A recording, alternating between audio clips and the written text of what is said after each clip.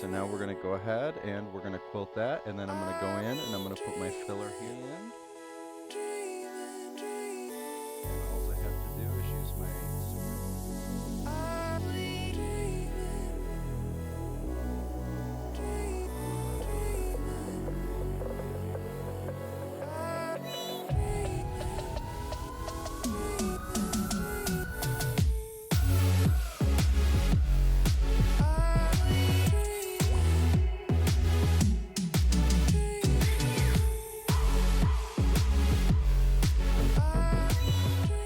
Hello everybody and welcome to the Quilters Apothecary. The quilt along that we are beginning right now is a beautiful embroidered quilt with wonderful, I believe this would be 30s fabric reproductions. And so it's pretty straightforward. So what I've decided to do with this one is I'm going to be ditching everything all the way here. I'm going to go in, ditch all of this, and then I'm going to switch to invisible thread, and I'm going to go ahead and do the ditching in any of the sections where the 30s fabric seams meet, so that way you're not going to see that. Because I believe this is going to be a wall hanging, and it is double batted, of course, with the 80-20 towards the back, and then of course the poly down towards the top. And the reason, of course, I chose the poly down is because it's white and the fabric is white. So I didn't want to put wool on the top because then it would have tanned out and washed out the underneath and made it a little more natural color.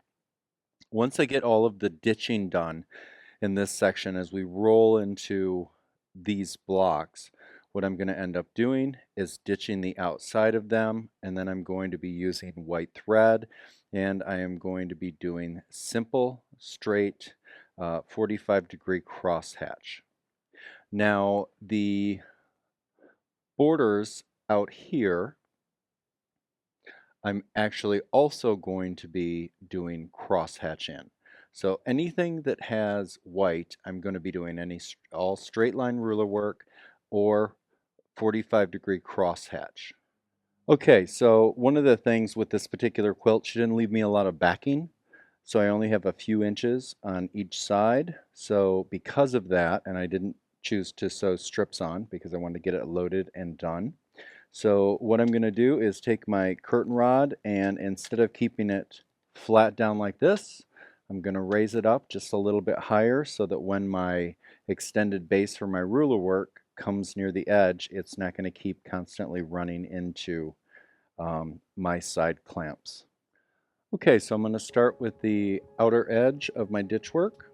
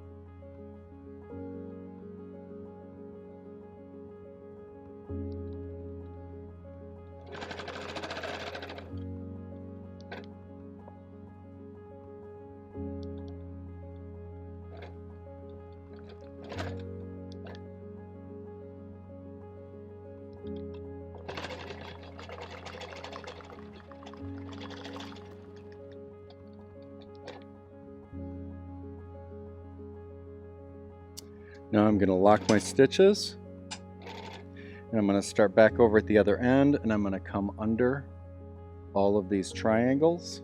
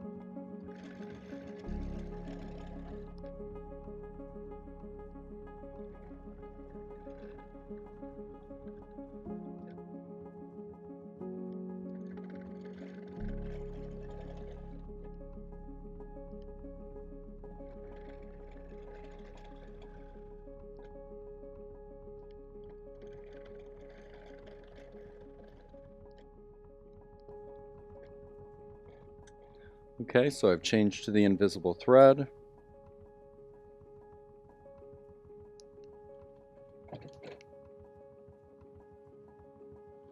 And again, I have my 40 weight isocord in the bobbin.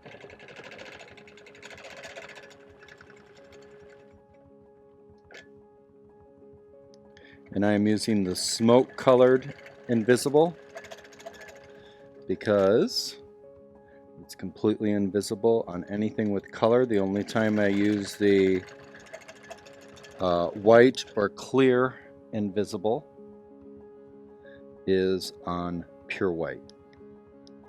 Like if I were doing a white log cabin and I were ditching the whole thing, that's when I would use it. So in other words, I only use the clear invisible about 5% of the time. 95% of the time I'm using the smoke invisible.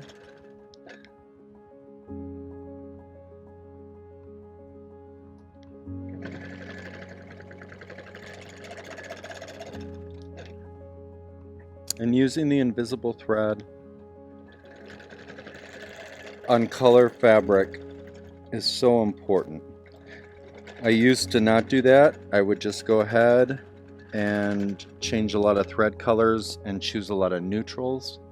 But you reach a point in your quilting when you want things to be completely invisible, and very rarely are people going to pay for show ditching. And so with regular ditch work like this, which is imperfect, the invisible thread is truly the way to go.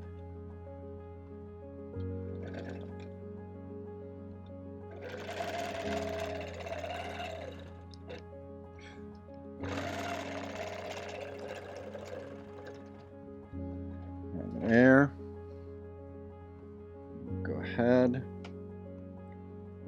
stitches.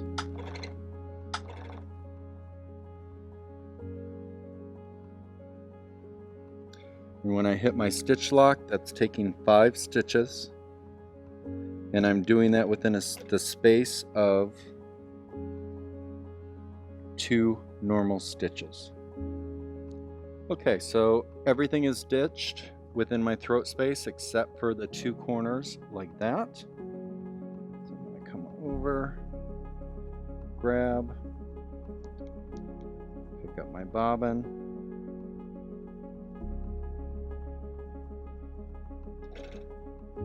lock my stitches,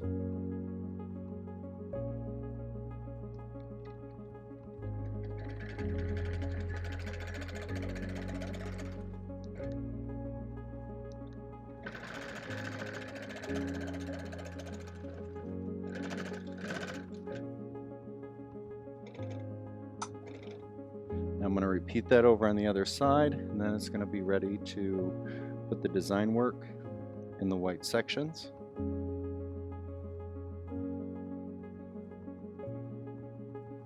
P.S. One of the tips, let me go back to that.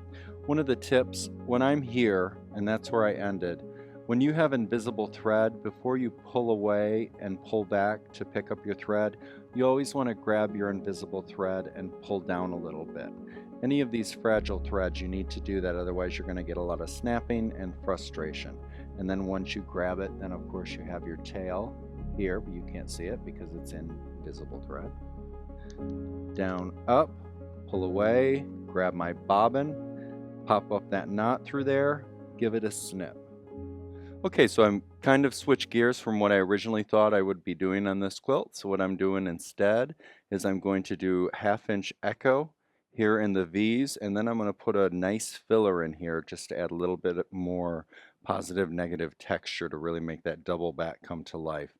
So as you can see, what I've done is I've taken my ruler, I've lined the straight line up right along the ditch between the body and border, and then I divide a line, divide a line. Here in the top corner as I go up, what I'm going to do is I'm simply going to do my 1/2 inch, 1/2 inch, 1/2 inch following this seam right here, so I don't need a registration line there. And on this one, I'm going to work my way all the way across, and I'm simply going to put a line. Now also notice as I'm putting these lines in, I'm not going all the way down to the color. So when I go to use my blue line eraser to get rid of those lines, I'm not going to get near the color with the fluid, excuse me. So I'm gonna not have any bleed in case there is some of the fabric, like maybe this dark green or one of the dark purples or the dark blues, that will bleed, because that's when we'll hit some bleed. So I just take the line to within about 1/4 to 1/2 of an inch down at the peak, just to use it as a guide. Okay, now I'm going to go to the side, repeat that same process.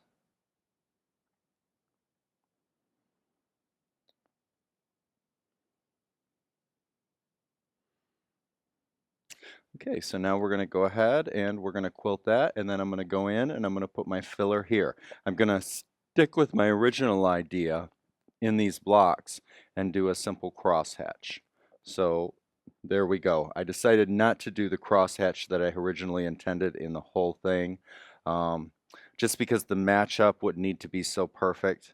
And this particular quilt is not going to give me enough return from the fee that I'm charging for it to do that, to line everything up perfect and take all that extra time. Okay, so now we have our mark there. We're going to start around on all of the scallops. Line up my ruler. I'm going to go to 1/2 of an inch. I've got it at 12 stitches per inch. I'm going to go right down to my line, and I need to turn my gears for my computer system off. There, now we're freehand. All right, and we'll go back. Okay. Now I'm going to turn it, line it up. Again, we're going to go 1/4 inch away, which is going to give us 1/2 of an inch because we have a 1/4 inch hopping foot. I'm going to come back to the center, come back, line that up. Okay, and then I'm going to come back again, come down. Once I hit that line tells me now where to pivot. So now I know to pivot there, come over, and now I'm going to go ahead and we're going to go all the way down to the next one, and we're going to repeat this on all of the scallops. So go over, line that up, come back, down, stop, pivot, line it up, back, line it up,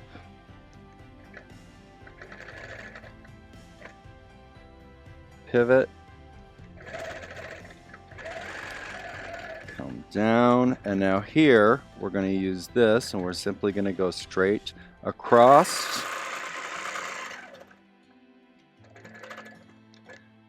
straight across,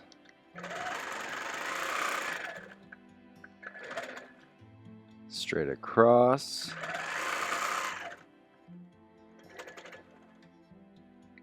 straight across,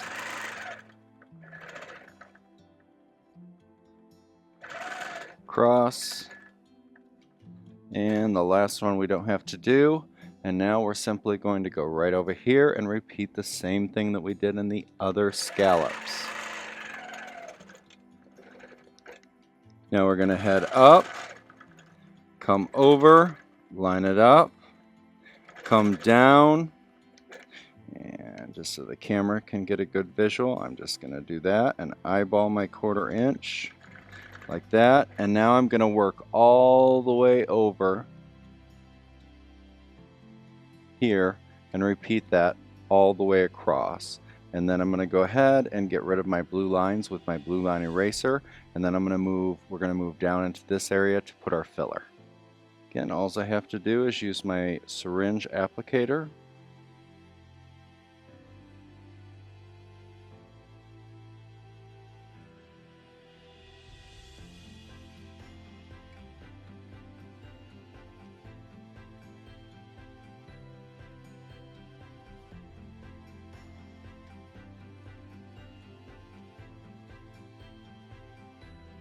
And I simply touch it. And again, the reason I don't want to use my spray on it is why spray all of that all over when we can go right on the line. Okay, good to go. All gone. And now we're going to move into, let's come over here. We're going to move right into this section here. And come around, and I'm going to do my microfill. Okay, so now I've locked my stitches. I'm going to go ahead. I've got my machine set on cruise. I'm going to start with my micro swirl, kind of my go-to. Do my filler, throw in a few feathers.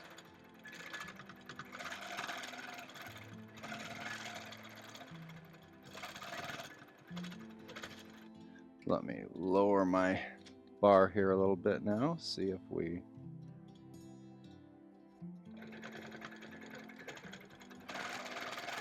get a little bit better visual focus for you. I had that bar in there a little higher so we didn't run into it because of the lack of backing.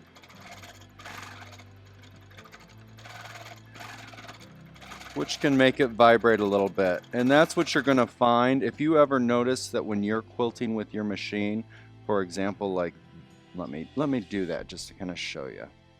Like, and you start to see vibration like that, where it's a little hard to see your quilt sandwich, what's going on is you either have your quilt sandwich a little bit too high, which is what was happening there, so that I wouldn't run into the edge when I was doing my side borders. So now I've lowered it, and now as I quilt, of course there's going to be no vibration, so it's going to be a lot easier to see. Now I still do have my ruler foot on. I'm used to working with my ruler foot, but I could have taken the 3 minutes to switch to an open toe foot.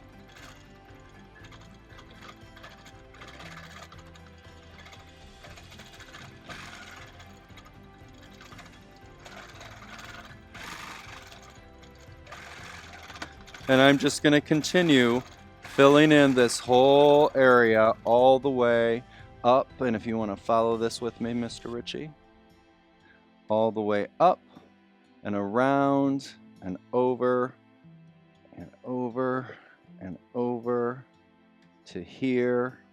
And then I will roll the quilt, and then we're going to do our crosshatch here.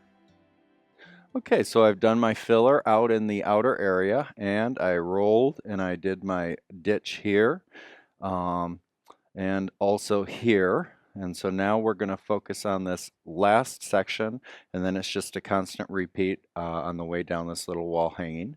So now with this guy, we're going to do 1-inch crosshatch because it's a 6-inch block. I've double batted, and I think that's going to give me a beautiful effect behind this beautiful embroidery work without overtaking it. So what I've done, and you can kind of see the little dots here, what I've done, because I don't want to do straight lines through it, I don't want to have to wet that because I don't know if her embroidery floss would run with any type of moisture, whether it be water or the blue line eraser. Sometimes some of that floss can be a little funny, just like some of the dark fabrics themselves. So what I did is I lined up my ruler, and it is measured, it's a 6-inch block. I decided on 1 inch, and I just put a little tick mark. And notice I did not put the tick mark right on the edge of the fabric. I put it up just about 1/8 of an inch.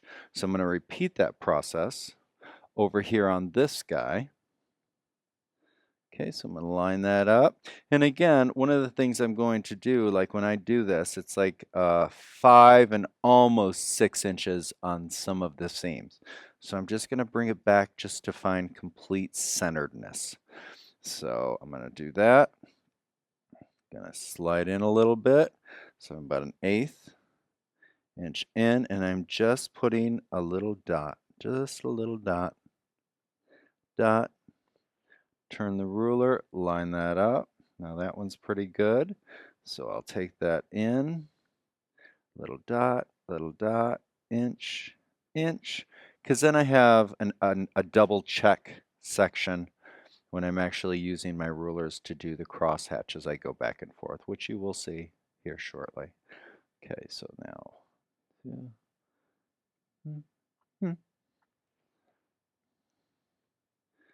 that up.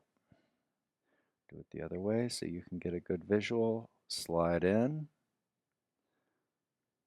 Inch, inch, inch, inch, inch. There we go. Okay, so I'm going to do that, of course, to all 3 of these, and then we're going to quilt that out. Okay, so now we've got our 1 inches marked, and I've got my 1 inches marked over here. Of course, we just did that process. You saw that. So now I have locked stitches in the corner. I'm going to travel down the ditch. I've got it at 12 stitches per inch. Now I'm going to line that up. And of course, I'm going to line it up so it's about 1/4 inch away from the mark. I'm going to go across. Stop. Slide the ditch. Line that up. Again, I'm going to get that 1/4 inch away on both sides. Come down.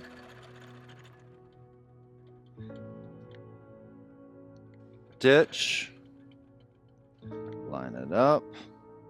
Line up that other side.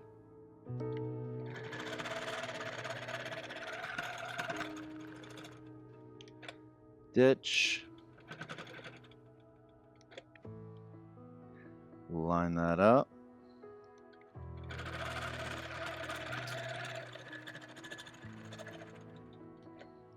Ditch. Line that up.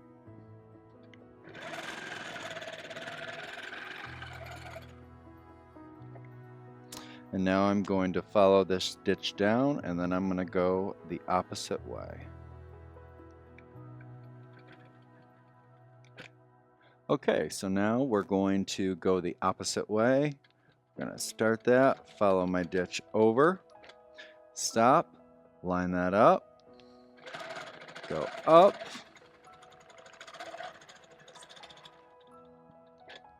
travel the ditch, and those marks that we made, they help me line everything up, at least close. There we go.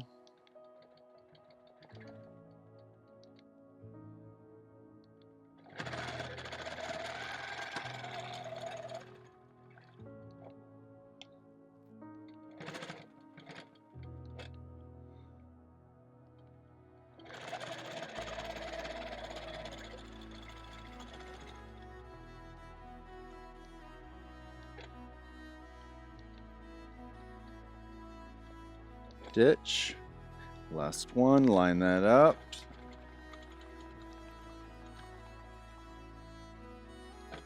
straight up,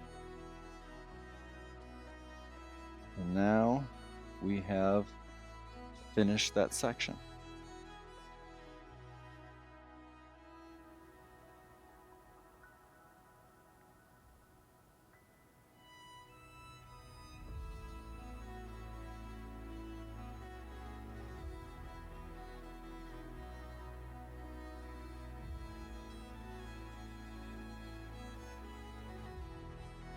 Okay, so now we have this quilt completely finished, and I've trimmed and I have hung it up, and we can see here that it looks fantastic. It's a beautiful little piece for a wonderful wall hanging, and I love the texture on the outer edge with the 1/2 inch echo in, following the pattern that's already there, the half square triangles.